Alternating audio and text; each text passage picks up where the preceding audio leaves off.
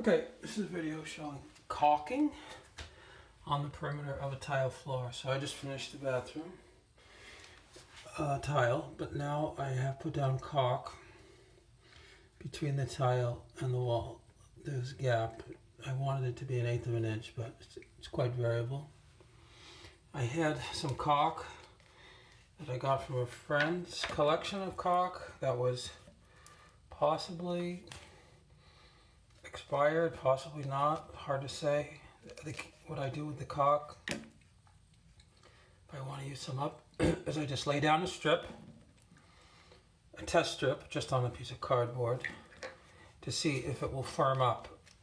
First of all, sometimes you can't get it out of the tube because it's hardened, so you just throw it away. Second, what I hear sometimes is you lay it down and it won't harden. It stays soft. It doesn't form a coat over it. So then also it's no good. You throw it away. But if it hardens up, then presumably it's okay.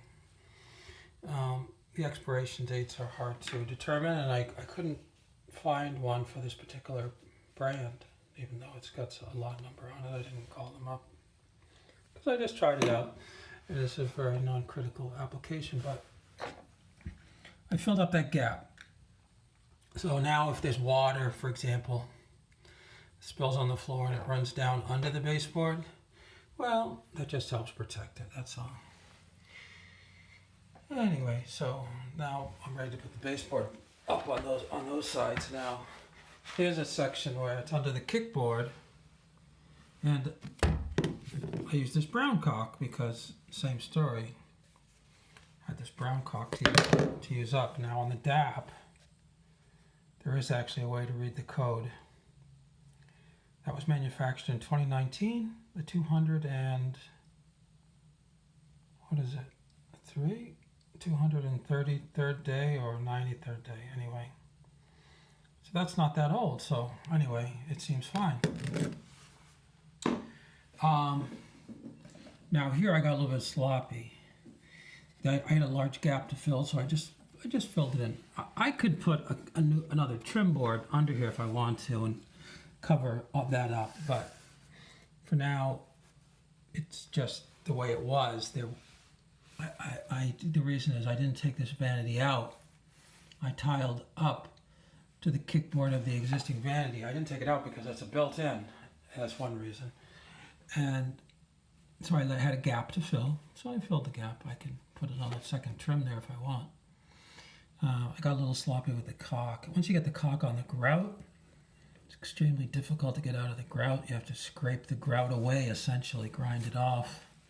So that's not good. But this is a very, very low visibility area. You have to really get on your hands and knees to look under there. I noticed the trim pieces now on this side won't fit because I've raised up the level of the floor. I have to make an adjustment on this trim piece in order to get it back in. Okay, here's the bathtub. Here, just so happened my friend in his collection had almond caulk, which is the color of the, he had a lot of caulk. This is another one, 2019, and it seems fine.